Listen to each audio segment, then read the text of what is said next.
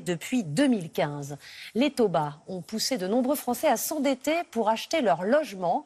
Les banques auraient-elles été trop généreuses ou imprudentes? Le gouverneur de la Banque de France a en tout cas exprimé son inquiétude. Les ménages qui n'ont pas forcément les revenus suffisants pourraient avoir du mal à rembourser. Cela rappelle de mauvais souvenirs. Explication de Julien Duponchel. Les crédits immobiliers en pleine surchauffe, avec des taux qui ne cessent de baisser depuis 5 ans et qui atteignent aujourd'hui 1% pour un prêt sur 20 ans.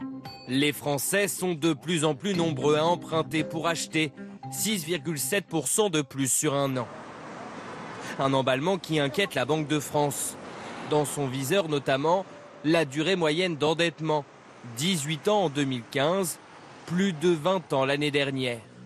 Et les prêts supérieurs à 25 ans s'envolent, plus 5% en 4 ans.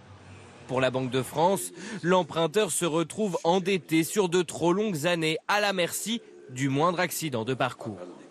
Il doit pouvoir sainement, paisiblement financer leurs acquisitions. Je pense en particulier aux nouveaux propriétaires, sans courir de risques pour l'avenir. Autre inquiétude, le taux d'endettement.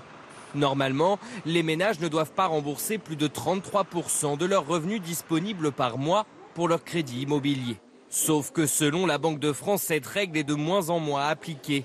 Cela peut être vrai, reconnaît ce courtier, mais uniquement pour les personnes les plus aisées. Il est vrai que pour certaines familles, certains foyers qui vont gagner 6 000, 7 000, 8 000 euros, on considère qu'on peut aller un peu au-delà des 33% d'endettement parce qu'on regarde ce qu'on appelle le reste à vivre. Or, évidemment, un couple qui gagne 6 000 euros, s'il rembourse 2 000, il lui reste toujours 4 000 euros pour vivre. Moins long et moins cher chaque mois pour les ménages, c'est ce que réclame la Banque de France, qui promet des sanctions aux banques qui ne respecteraient pas ses recommandations. Bonsoir Jean-Paul Chapelle. Bonsoir Anne-Sophie. Les Français